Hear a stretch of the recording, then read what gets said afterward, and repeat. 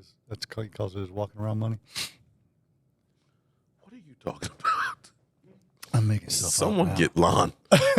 Lost his damn mind. This is the Grow Business Podcast with Cory Mosley. Yeah. Yes. You know what that track means? The authorized track that we only can play without being flagged, unlike the last time we tried to get creative. Although I own that track too. I don't know. It's just all weird out here on the internet. But we are happy to be back with you. Welcome to the Grow a Business Podcast. Just in case you didn't know what button you clicked on, you are at the Grow Business Podcast. I'm Cory Mosley, and I'm joined by none other than LG007, also known as Lon Graham. Lon, good to have you here. It's good to see you, Cory. Yes. Good to be here.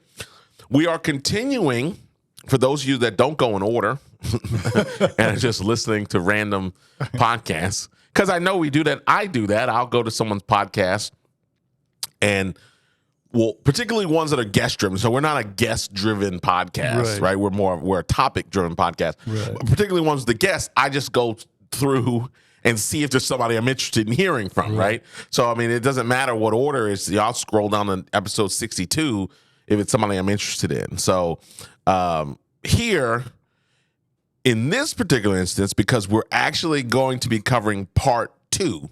Part two. Yeah, dos parts.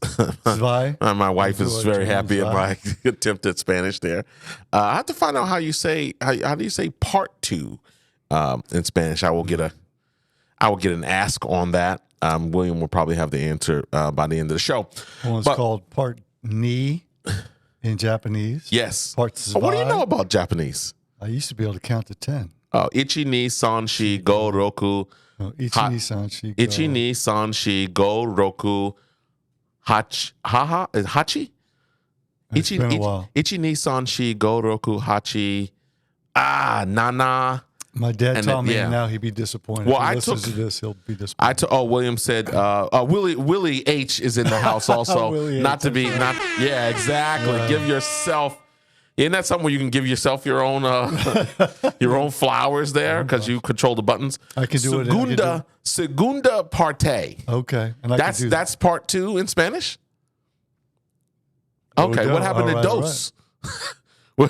I thought you had to put dos in there. Okay. Well, it's southern. Southern Spain. It's what part you're from. Right. But yeah, fun fact, I took 3 years of Japanese. Oh, my goodness. Good Yes, for and you. then had nobody to talk to and forgot it all. Right.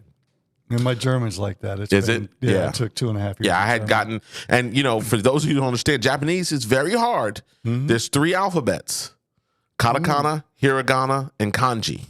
Wow. Okay. And that's 3 alphabets, 3 different knowing when to. So like your names are done in kanji. Okay. But then you would read, I think it's hiragana you would read in. So I had a foreign exchange. I did the full Monty. Wow. I had a foreign exchange student. Shout out to Mario Sawada, who I still talk to via Facebook today, who's over, I think he's outside of Okinawa, who I still talk to today. And we found the power of Facebook and social media for us to reconnect after 30 years. How cool is that? I think I was 15 years old when we did the exchange program. So did you go they over like there? baths. That is completely true. They like baths? Yeah. So, we only had one bathroom in our house. Oh, okay. So when he would go take a bath, it would be hours. So you kind of needed to do, we didn't learn that up front. You kind of needed to do everything you needed to do before he went in to do his thing because they like those baths. So it would be long baths. So, hey, buddy, one bathroom. You're whether going to see something you hadn't planned on seeing coming to America, or you're going to have to wrap this up. Like that's kind of what the scenario was. And I remember being in the auto when I was working in the auto industry. The first place I worked was a Toyota dealership, and someone came in. I mean, no correlation to the Toyota being Japanese, but it just happened to be a customer that came in the showroom, and it was a Terminator Japanese. So I remember I was on the second floor in the digital marketing and what they call business development center of the dealership. Right. And they were like, "Oh, this is a Japanese customer. I can see from the log it's a Japanese name because it's very distinctive on how their names are put together." Right. So I go racing downstairs, trying to throw up all the Japanese I still remember. So I'm like, "Ohayo gozaimasu," konnichiwa. I'm doing all the stuff that I could still remember, just to try to, because I had kind of lost it. Right. You trying to see what you I forgot it all. Yeah. Right. So it might be something I pursue again. We'll see. But needless to say, and you were telling us, so you did Japan. What was it in German? You were German, say, yeah. We live in Germany. No, what was part two? Oh, you were saying it. Zwei. Zwei. So you can count 10, 1, 2, 3, 4, 5, 8. No, 8 is 8. Okay. 6, 7, 8, 9, 10. All right, look at that. 9, 10, something like that. It's been a while. Suki to you too. So that was southern German, south of Bavaria. Zweiter TL is what Willie H. Willie H is saying. It's part 2. Zweiter TL. Yeah, we'll run with that. Yeah, I don't know exactly how to do it. I know how wo ist der Toilet, and I can get that out. What is it? Where's the bathroom? Where's the bathroom? Got to know how to say that in every language. That's exactly right. That and all right, we're good. 6 minutes in, we're already off the rail. But needless to say, we're continuing part 2 of a conversation that we were talking about. This is a business growth checklist that we have been talking about and created. We got through the first 6 in episode 1, and then realized we had 12 things we wanted to talk about.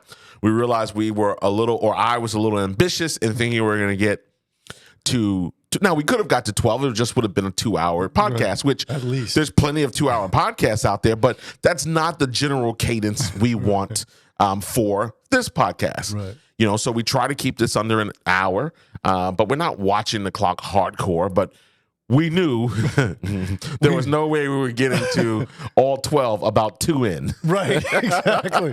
Right. And part of what we talked about, right? Part of what we talked about was an ability to adjust. Part of the checklist, right? Is to adjust your plan, adjust your business plan. Don't overestimate what you can do, in a month and underestimate what you can do in a year. So we're continuing this conversation. Now, if you want the total 12, it would be valuable, of course, if you listen to part 1 first. Correct. But, you can listen to this. If this is your first introduction to us, then feel free to start here and go back. But dealer's choice, as they say at this point. But we were covering the 12. We wanted to give you a checklist, basically, as we, think about the new year, the new quarter, any of these things that come up. It's a great opportunity to assess and take a look and step back almost from the outside of the areas of your business and have the opportunity to look at that. So yesterday we talked about reviewing your business goals. We talked about financial assessment. We talked about inventory management. We talked about customer engagement. We talked about marketing, and we talked about employee performance is where we stopped there. Yeah. So we're going to pick up today. And today being right now, and we didn't pull a switcheroo, like we didn't go run in the dressing room and change our shirts to do part 2. We've had an opportunity to step away, do some other work, do some productive activities here, and now come back to give you the back half of the business growth checklist that we'd like to set the intention for you. All right. Halftime adjustments. Halftime adjustments, as he called it. Oh, not technically applicable here. We didn't really, because we split it into part 2. Right. All right, I'll let you have that one. Right. All right. All right, so let's jump in. Let's go. We're going with 1 today, but 7 in our historical number, right? So 7 is related to tax planning. Oh. Tax planning. Yes. Now, we talked about yesterday, or I'd say yesterday for us, because we came in to knock out part 2 for you. We talked about the last episode. We touched on this idea of doing a financial assessment. That was Right. one of the things. That was number 2 that we talked about.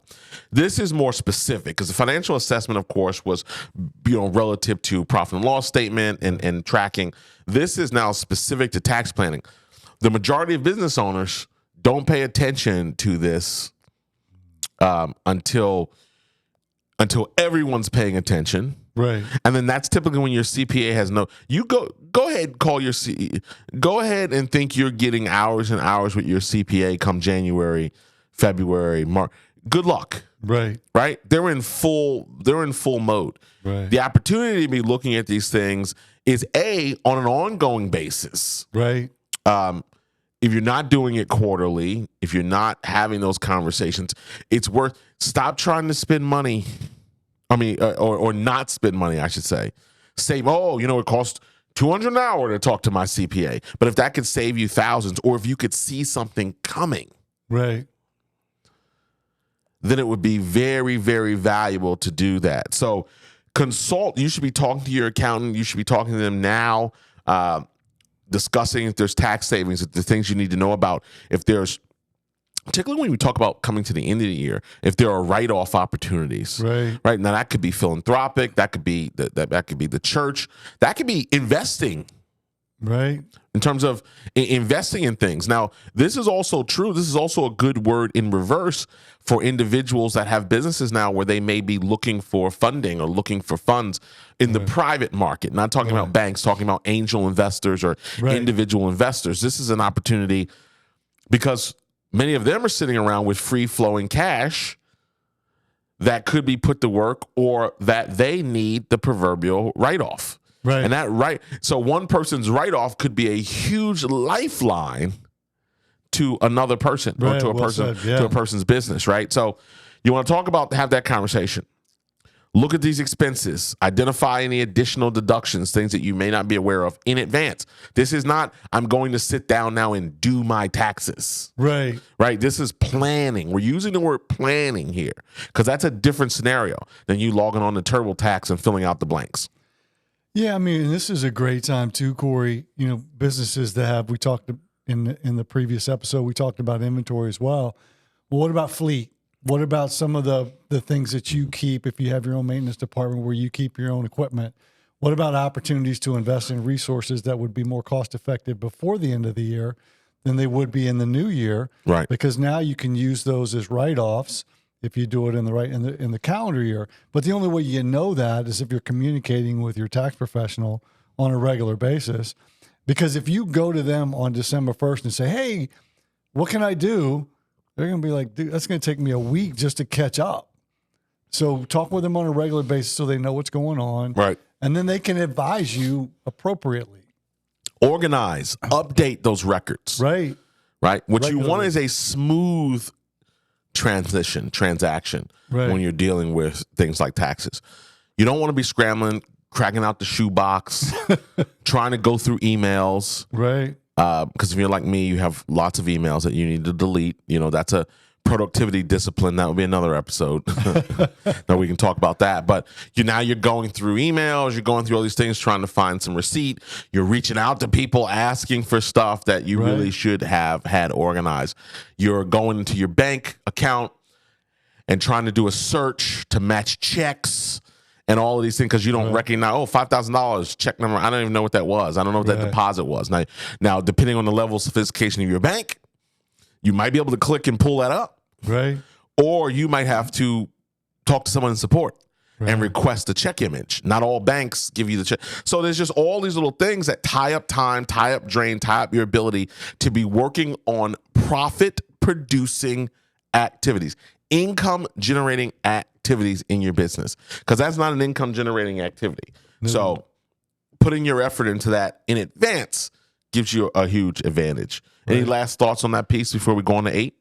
Well, I just think it's a great reminder that if you're not in the business of tax, if you are trying to do it yourself, at least have a consultant or somebody that can look at what you're doing. Because even an individual contributor, we talked about in the previous episode about staying up at midnight trying to keep up with things that aren't part of your core business. So get people involved that can make it easier for you to do what you do best. Yep. Professionals hire other professionals when they need help. I say it 100%. all the time. 100%. Professionals hire other professionals. Oh, was I going to get a horn on that? We were going to. Yeah, yes. All right. Yes. There you go. Yes. Yeah. Don't cut the clap short next time. Let the whole clap. He kind of gave it and took it away. Like it almost was like oops. It was like yay. Took it back. It's like the putt lip. Yeah. out. Let it ride. Let it ride.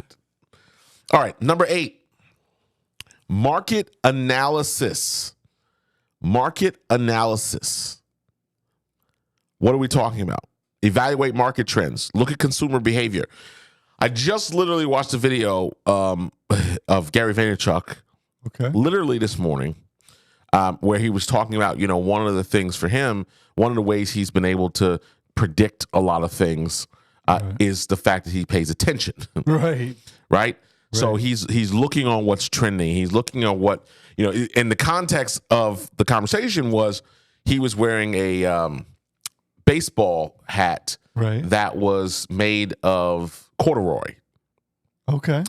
And he was like, this is a great example. Like, what's the origin? Like, corduroy is coming. Corduroy hats. I mean, who thought that's coming back? So what you start to do is you start to go research. You start to look. You use, a chat GBT. You use these different sources to just look at origin story. Like, did somebody wear this on the runway? And that, at Fashion Week, and then now that sparked it. Was it a famous person who? You're looking at all those indicators to see where consumers are paying attention, right? What is the behavior? Where is it changed? I was just reading the article the other day that a lot of the big box stores are now reconsidering their self-checkout. Right.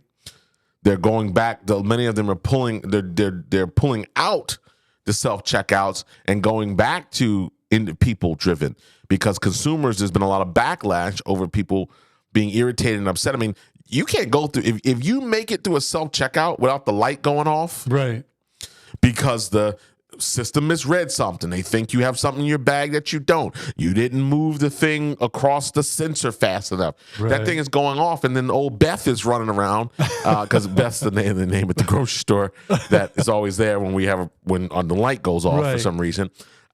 She's running around like a chicken with her head cut off, trying to reset everybody's deal. 17 self-checkout lanes. Correct. Stations. So you've got people. So again, you got to evaluate the market trends. Right.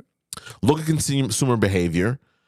What are some gaps that that your product service can fill? What are some gaps that maybe we talked about adjacent markets? Right. But pay attention. What are people looking at? We have conversations every day with people who don't have video on their websites. We're talking to experts. We have people in this studio every day who, for the first time in their professional careers and their business, are getting high quality video. They're getting video interviews. They're getting interviewed. They're able to share their ideas in a way that they haven't before.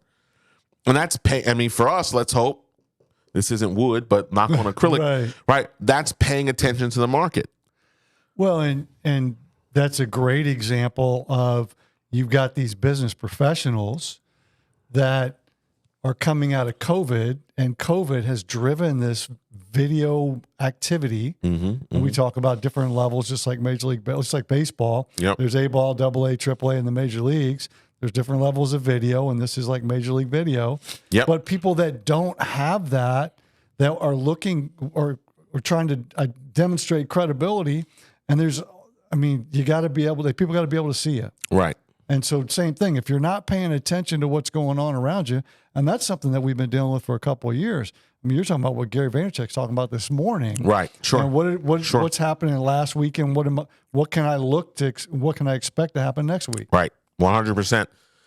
So evaluate market trends. 2, conduct competitor analysis to identify areas where you can gain a competitive advantage. It's stunning to me the amount of people that are in a space that don't know what the other people in the space do. And they use what I believe is a dumb reason. Cory, I'm just focused. We want to just stay focused on what we offer and bring to the marketplace. We're not concerned with what our competitors are doing. Yeah, that sounds smart. Now, unless you are a conglomerate in an untouchable space, you are the power company. The only one. Right. And I don't care about solar, right? I don't care. That's not, solar is never taking out Dominion Energy, right? So unless you're the power company, or unless you're just in an untouchable space, right? Coca-Cola pays attention to competitors. Right. Absolutely. Right? They just buy them, but it becomes part of their portfolio. But they're paying attention, right? Right. I mean, exactly. so what's funny is there's a reason why they make the acquisition, right? There's a reason why they go buy a vitamin water or buy some of these other companies, right? Instead of going, you don't think Coca-Cola could come up with their own smart water, right? Well, it's just it just makes more sense to absorb, to also have brand diversification. You know how many people hate Coke but are drinking a Coke product and don't even know it? Right, exactly. Oh, I don't like Coca-Colas. I don't like that. I don't like those big companies like that. Right. I drink, But I'll drink my lemonade. Yeah. I'll drink. Hello. It doesn't. Hello. I'll drink lemonade. Right, exactly. Well, and I think, this is a great spot where we talk about competition. Yeah. Even when people are paying attention to their competition, often it's short-sighted. Right. Because they're only paying attention to the people that they compete with directly. Sure. That's obvious to them. And often they're not considering the dollars that could be theirs that are going somewhere else. Right. So let's look at, the Cedar Point in Ohio, and just Six Flags theme parks just bought Cedar Point in Ohio and bought Kings Dominion, which isn't far from us, just up the road. Those are theme parks. Yeah. But they are also entertainment. So if they're not just competing for other theme parks, they're competing for entertainment. All entertainment dollars. Like all entertainment. Do we go to Busch Gardens or do we go to Kings Dominion? Or do we go to the movies? Right. Or do we go to dinner? Or do we take the kid to the park? Yeah. So are you only looking at what's directly in your line of sight? Or are you looking at creative ways that you could distinguish yourself to grab dollars that they're spending somewhere else? And the other interesting thing there is, can you study people who are at a place that you want to be? Right. Are they doing some things that you can duplicate at maybe a lower cost? Right. Right? Because now, I mean, technology has standardized a lot of things. A lot of things you're like, wow, so-and-so can, so I can never get all that stuff they're doing. Well, now a lot of that stuff's done by the push of a button. Right. So mystery shop your competitors, folks. Understand, you've heard it. We've talked about funnels. We've talked about sales funnels, workflows on these episodes. Mystery shop.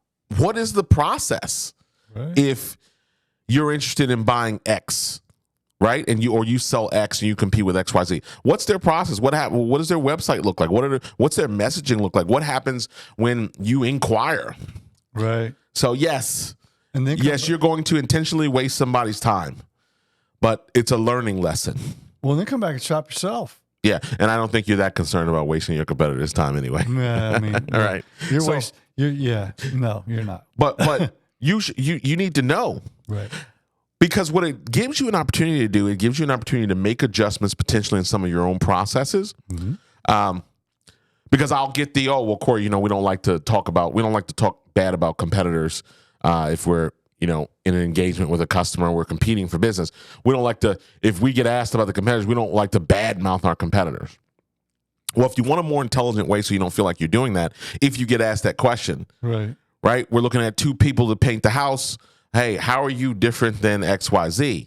Oh, we don't like to talk bad. We don't like to talk badly about our competitors. Right. Yeah, that's a terrible answer because the customer is giving you an obvious objection that you need to be able to engage. Now, you want to intelligently deal with that. Well, the way to do that is to know what those differences are. Right. I don't have to talk bad. I don't have to go, they don't answer the phone and they have bad reviews. I can talk about the things that I already know are different. Right. Well, one of the things that are different, I know that we work with Benjamin Moore Paint.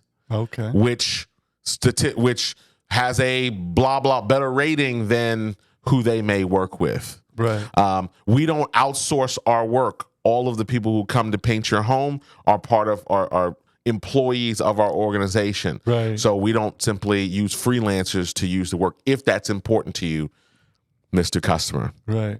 Right? So, we include a designer We include a designer that helps you, with color coordination and things of that nature.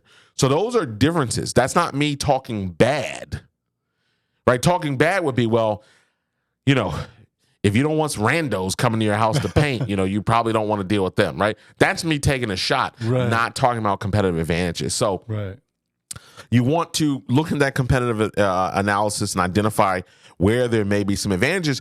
Also, they may have some advantages on you, and you may need to reevaluate to now get the one up. Right. So, I love you a lot. No, I love you more. No, I love you 1,000,000 times. No, I love you 1,000,000,000. No, I love you to infinity. Right? And beyond. And beyond, right? So yeah, you have to infinity plus one. Right? But that's the same kind of idea that you can create an advantage for. So and then the last part of that element is adjusting. Of course, now you've done the work to analyze. So you've evaluated, you've done a competitor analysis. Now the third part of market analysis, as part of your checklist, is to make adjustments, adjust the product or service based on that market demand. Right.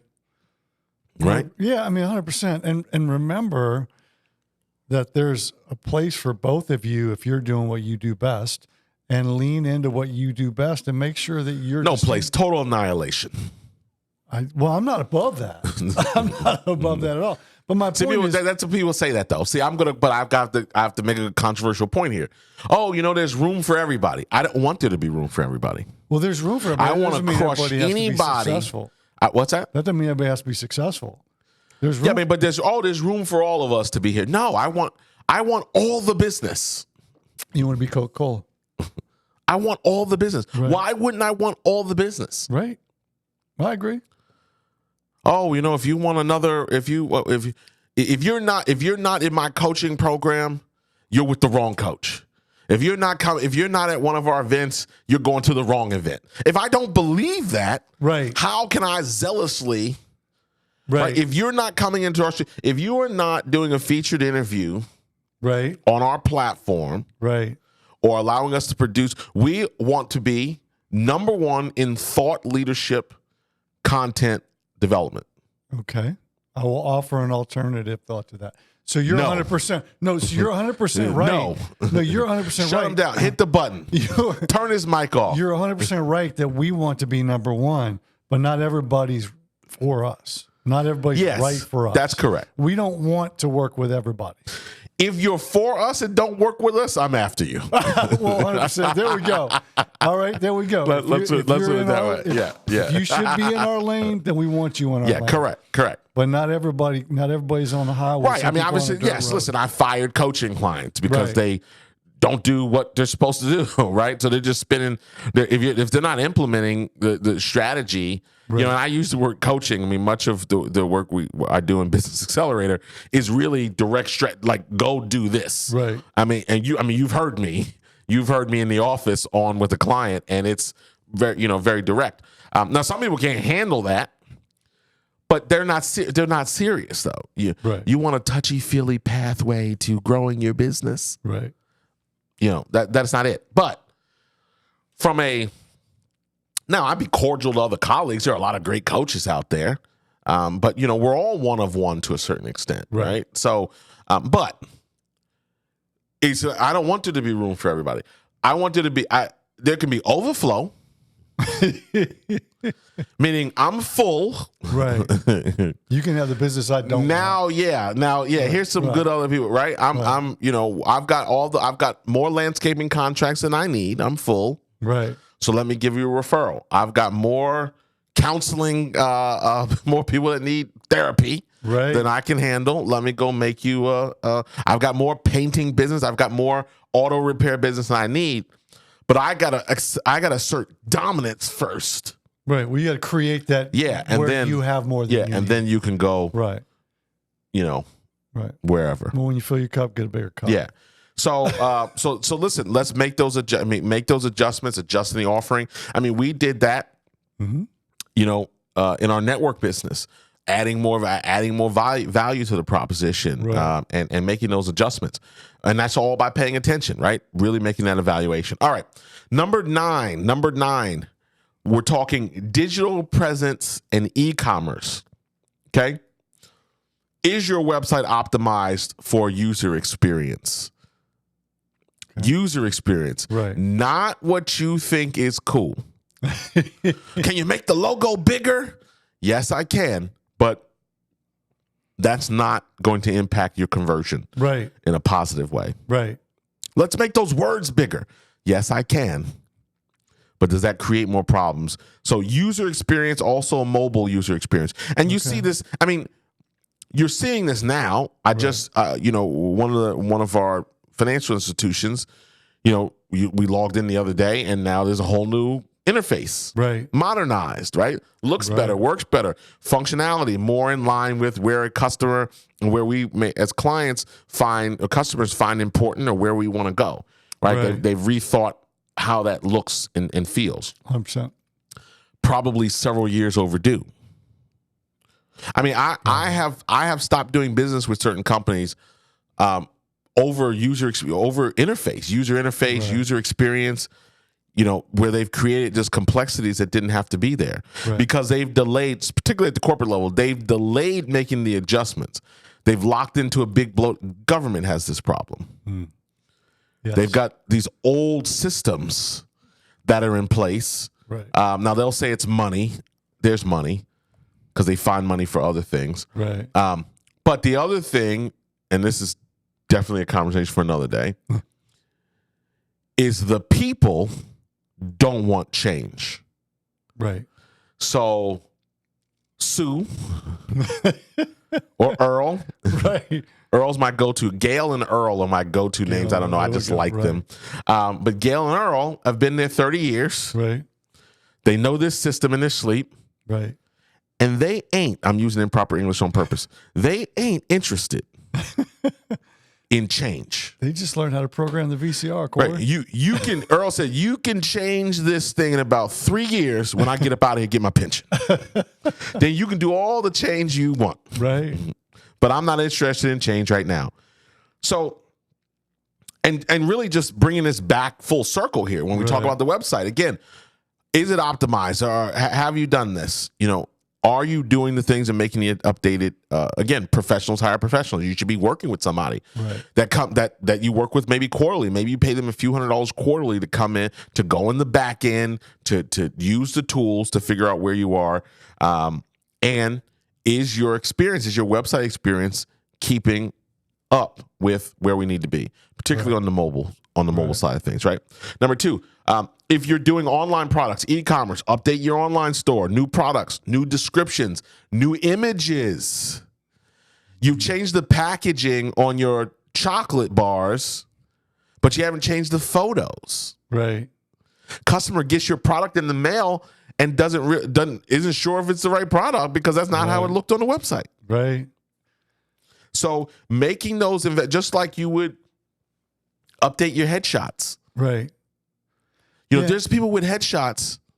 Lon, you go to a lot of networking events on behalf of my companies, and there's guys that there's headshots on some of these deals, and you get there, and you're like, who is this?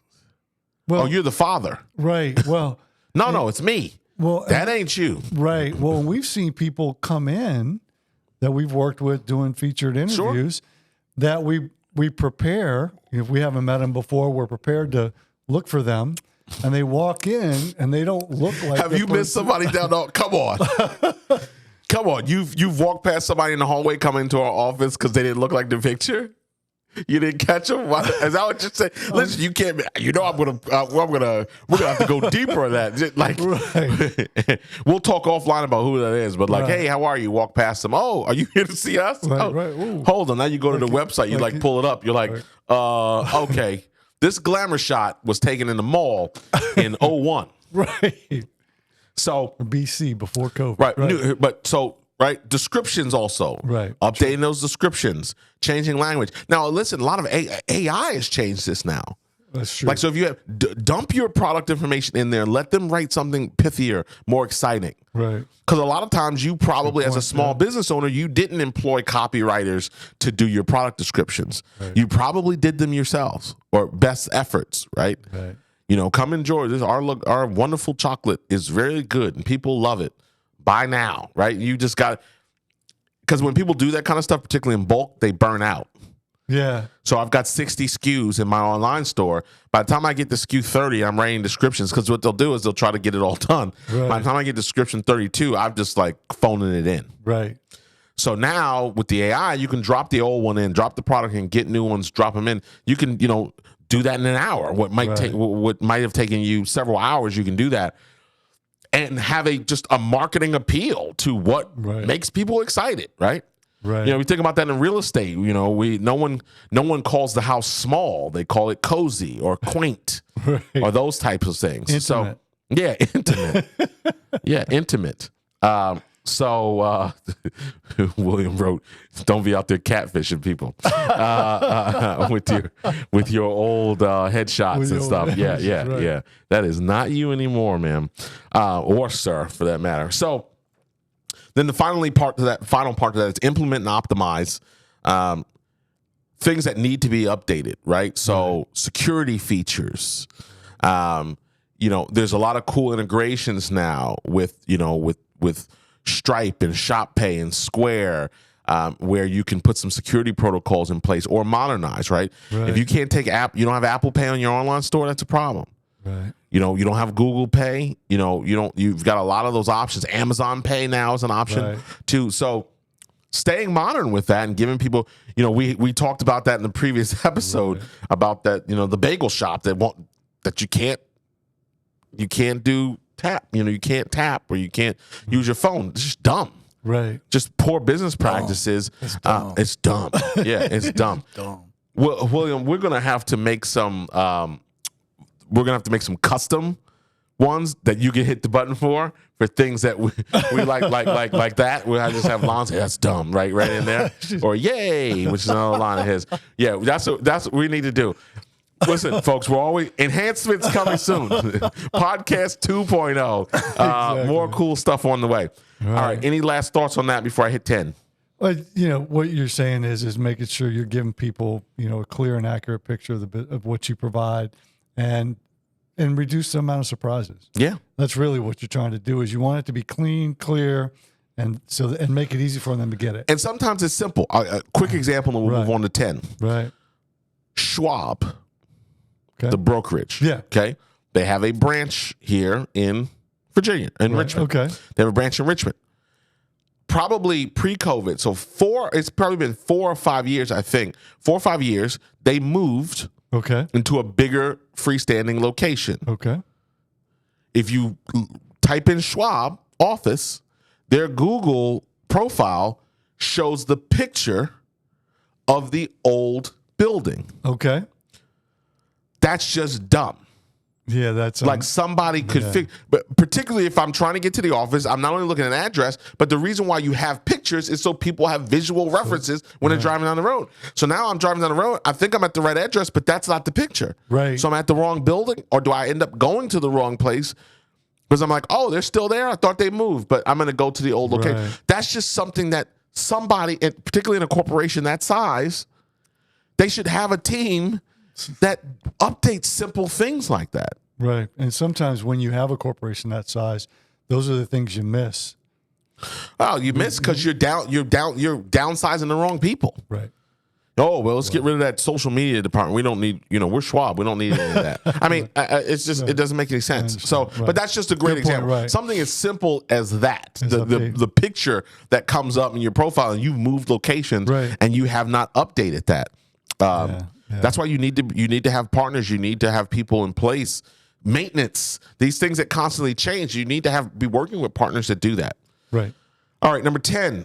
Number 10. Efficient. We're almost there. We're halfway here. We're halfway on the back halfway side. of the halfway. Right. Yeah, halfway of the halfway. 10. Efficiency and productivity. Okay. What are some of your processes? Right, we're always having conversations here about process. Is this the most efficient way for us to get from A to B? Right. Who are the stakeholders of the process? Getting their input into them. So assess your business's processes and look for areas that could be improved. Are there shortcuts? Are there quicker ways to deliver your product or service or your daily process that you haven't considered previously or that used to work before. Marshall Goldsmith says, what got you here won't get you there. Right. Right? So looking at that, number 2, implement time-saving technologies or tools that can boost your productivity. We might need to get off these Google Sheets. Right. Right? Now there's I'm a spectrum guy, meaning people like to deal in the extreme right or they like to deal in the extreme left. But what you typically want to be is in the middle of the spectrum. So people can be technology to death and apt to death. Right. Right. And over app. Right. But then there's the opposite of that too. Right. Yep. Where you're so anti-technology, you're not even considering what could be in front of you to create a shortcut opportunity for you. So look for time-saving technologies and look for productivity things, not just cool things. Right. But ask yourself that question: is there an impact? Can there be an impact on my productivity? Can this save me time and create more efficiency? And the third thing is delegation. Right. Right. Delegating tasks effectively to prevent burnout and ensure business continuity. People are taking on too much stuff. I mean, there's no way I could do all of this by myself. Right. Doesn't make it, that wouldn't make any sense. Now there's plenty of people who are running their own, who run their own podcasts and booths and stuff. But I can tell you what, this goes a lot smoother for me. Right. I get to a lot better details. Now I'm not worried on switching. Oh, hold on. Let me switch the camera or hold on. Right. And I guess, you can use technology. You can autopilot that stuff, right? Hit some button that says every 30 seconds it switches. I don't know. Right. But you got to keep up with that. You got we got Willie H. running the show. And so all you got to do is worry about your content. Willie H sounds like we've got a 68-year-old guy on the boards over there. Willie. Yo, Willie. You here?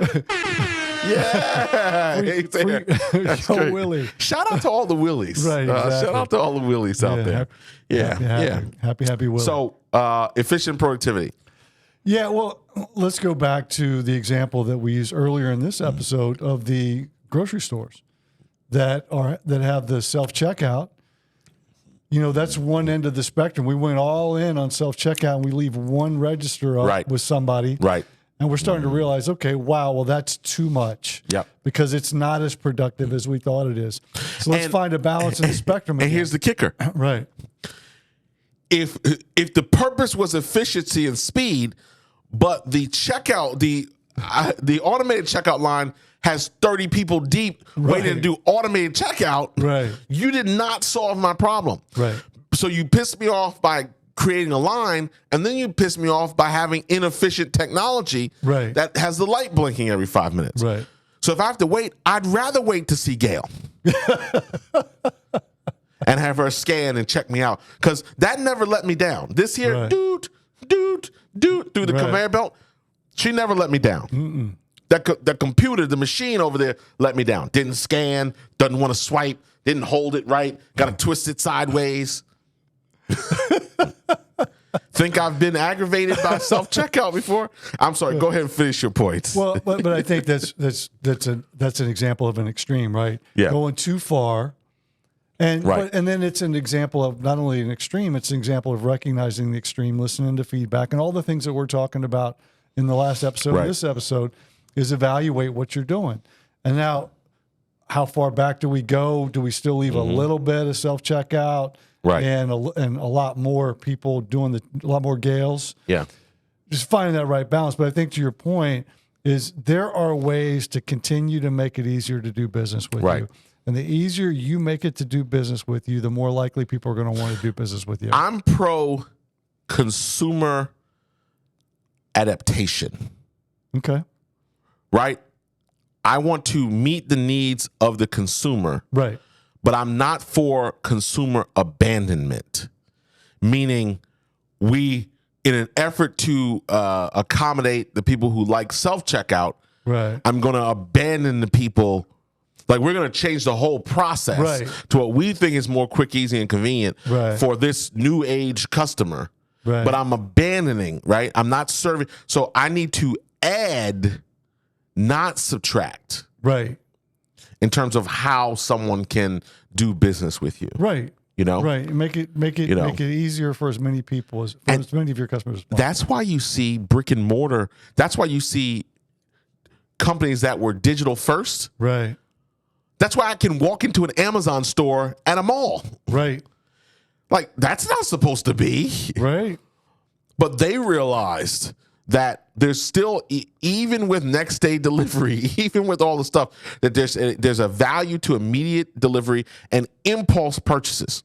Right. So if you go into an Amazon retail store, you're going to see what they consider, because there are not a ton of them. So if the average town doesn't have one, but if you go into one, what you're going to see is the space packed with the best sellers online that are now in person to make it easy. Right. So here's the best toaster. Here's the number one blender. Here's the number one toy that, they're going to stock it that way. Right. And still leverage the fact that people, I had a client, we were having a conversation about malls. He's like, I haven't been to a mall probably in 3 years. I'm like, I generally don't go 3 days without going to a mall. Now, that doesn't mean I'm buying something. Right. I just like malls. I'm a mall. I like malls. Yeah. And then, we have some great outdoor malls here. Right. So you're walking through, you're just seeing, you're seeing people. You might be eating. You might be going to eat. It's not necessarily having shopping bags. But it's just going to the mall. Hey, see what's new. See people. See people that you buy from and just see how they're doing. Like, just as an outing. Right. Not as a task. Well, one of the nice things about malls too, especially, but community areas and towns, is they're seasonal. Right. So if it's Halloween, you got people that things that are decorated for Halloween. Right, you're going to see the Christmas tree lit. Valentine's Day, you're going to see lots of red and pink and lots of happy. You know, it's 4th of July, you're going to see lots of red, white, and blue. I mean, what do you think about the delegation? About the delegation piece? The point about delegation. Yeah, I think we should get back to that.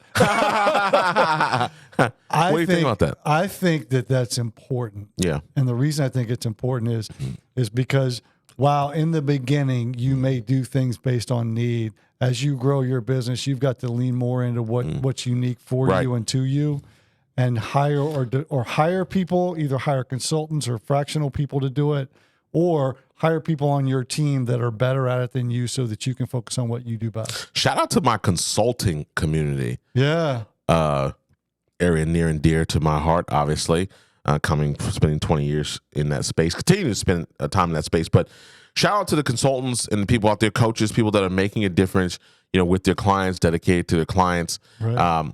Because that is part of delegation, right? Bringing someone in that capacity. But the other point I want to make before we move on to 11 is one of the areas where I see people get wrong, I think, is they go, once I get to X, then I will delegate more, or then I will get a freelancer or hire an outside company. And they're looking for almost once all these stars align, then I will do that.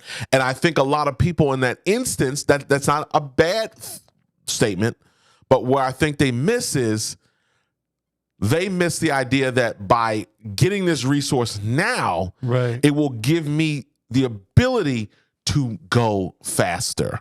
Right. Not wait until I'm going to chug, and then, I'll be free because I can delegate. Starting that delegation process now. Or at least earlier, right? Right, so sure. You may feel like you need to do a couple things for yourself, but by putting that delegation threshold too far out. Yeah. Maybe not quite as far out, bring it closer in. You can miss opportunities. There's a lot of things that happen. Right? 100%. Yeah, I agree with that for sure. All right, number 11. Networking and partnerships. Networking. They love, because they know how much I love networking around here. That's me being funny. Right. What, did he hit me with something? I thought we were getting a sound effect there. We're about to. Attend industry events. Right. Trade shows. Right. Networking meetups. This is your wheelhouse here. Right. Is. So where can you, what are you doing? How are you getting out there? Now, not everyone has the luxury. I talk about, my disdain for it. I mean, it's great. I mean, it drives a lot of business. We love networking. Me personally, it's not my natural habitat. I'd much rather produce content and share my ideas in that way. So now understand, not everyone has the luxury of an LG 007 that can go out there and shake hands and kiss babies on behalf of, right? 100%, right. So it may be up to you to do that and get better at that skill. Where can you get yourself? Attend what events are coming up? What trade shows? You don't need to be exhibiting at the trade show to attend the trade show and to network. Where are some networking events that are high value? I don't believe you need to be dragging yourself to everything. Right. Well, you can't. Not right. Well, there's some people who are professional meetup people. I don't know when business gets done, but they do a lot of meeting up. Right. So, but that needs to be on the radar, right? 100%. What are some partnerships or collaborations with businesses that complement each other? We're doing that right now. Some things we can't talk about the details of, but we're doing that right now with some more traditional media companies that don't have what we have as a media asset. Right. And we're going, hey, we don't need to compete. We can partner. Right. I'm not interested in what you're doing, right? And you're not really competing with what I'm doing, but how can we help each other? Right. 100%. So sit down and write it. Who are some people? There's probably some people you haven't even thought of. Right. Or some opportunities. This just happened yesterday on that call I was on. Oh, okay. Where, we had worked with someone about 6 months ago. Right. It wasn't, we wanted to do some more. He said we wanted to do some more business. It didn't kind of fit 6 months ago. We had a third situation come up and the light bulb went off. You know who we should try to collaborate with on this? So-and-so from 6 months ago.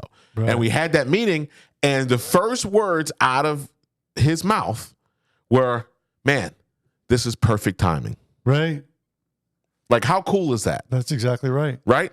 That's exactly right. And that's just, but you got to be paying attention, right? Paying attention to those opportunities or looking for those opportunities. And then the third part, strengthen your relationships with existing partners, suppliers, and stakeholders. Right. It's a great time to be checking in.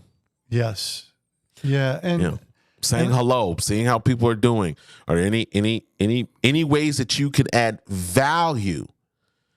A much better way to say, hey, you guys got any money left over that you can spend with me? Right. Are there any initiatives or projects, or anything you're working on that I might be able to add, that what we do or our company or me as an individual can add value to you right now?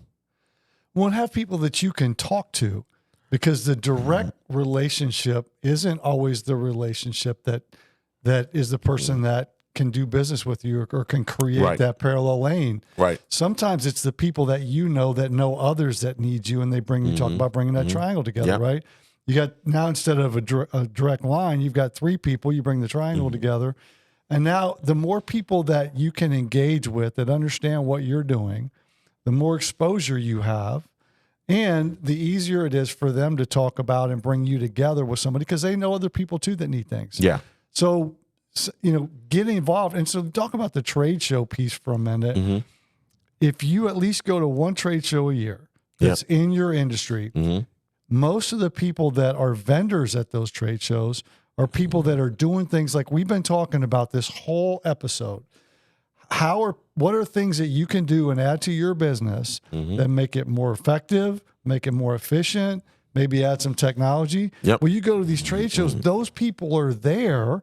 And so you get a chance to meet them and talk to them when you're not in the pressure of the day to day, trying to get Johnny or trying to get Gail's, Gail's deadline out. Right. Sure.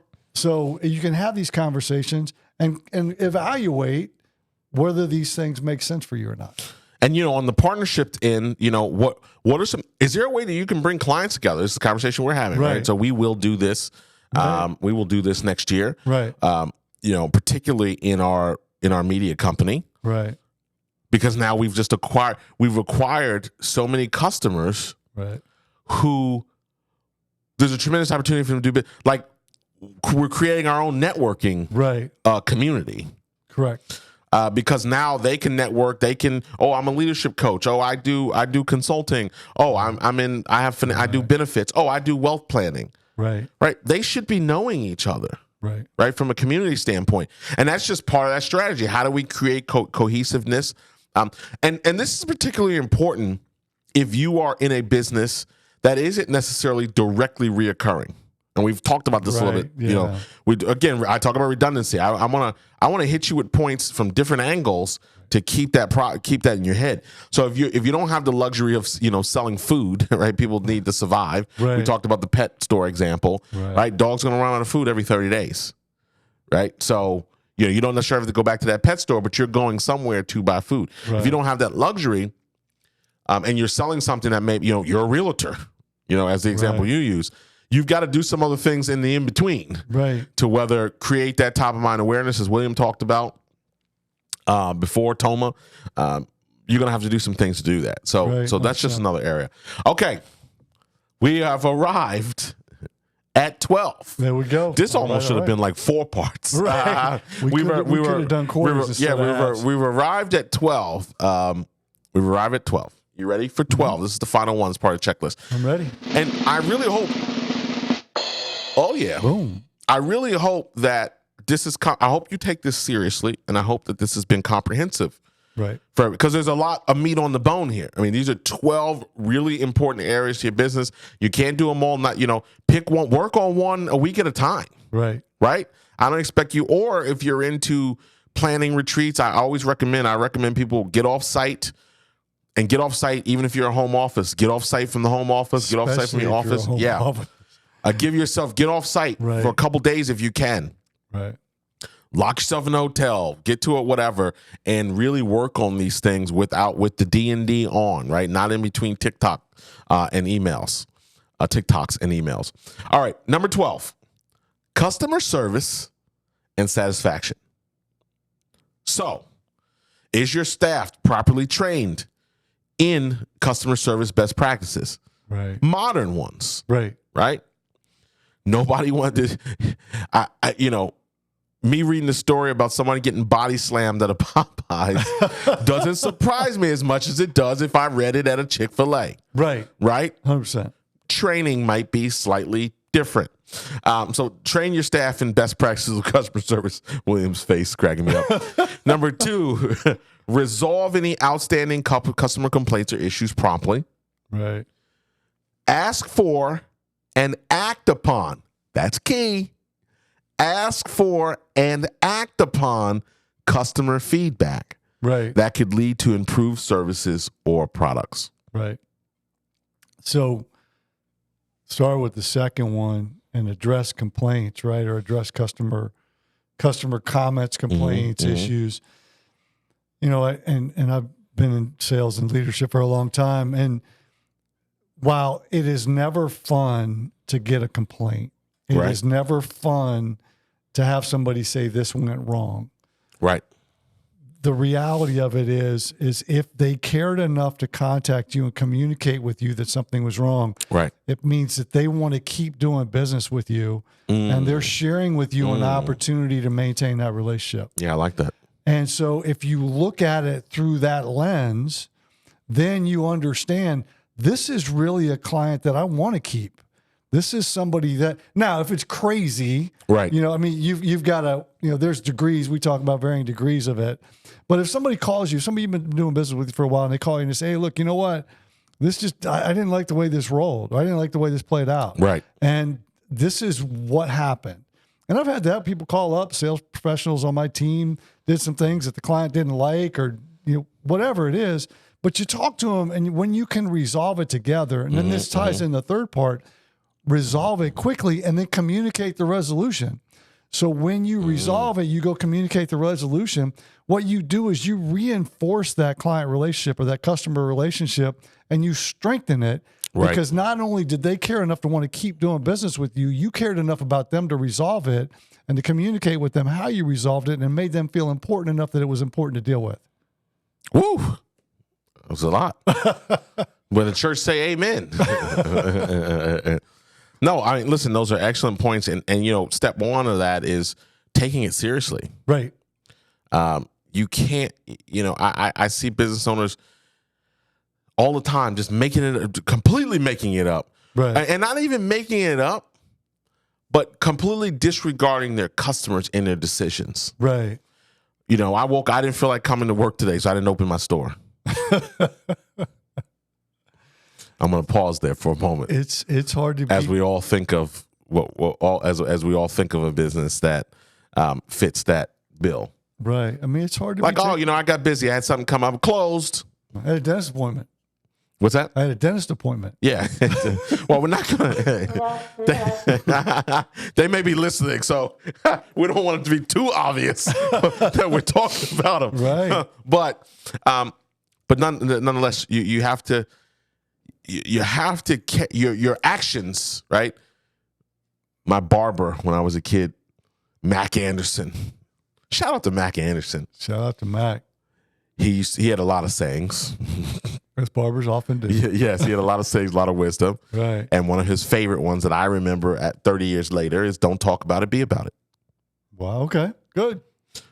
So people say they love their customers, say, "Oh, we put customers first, we care, we this, we that," Right. and then their policies, procedures, and actions don't show that. Right. Don't reflect that. So there's an important case. Woo, we have been burning it up today. We've broken an hour. Goodness. Again. We've broken an hour. We appreciate your listenership. And, we ask, hey, share, give us some feedback. If you're on YouTube, like the page.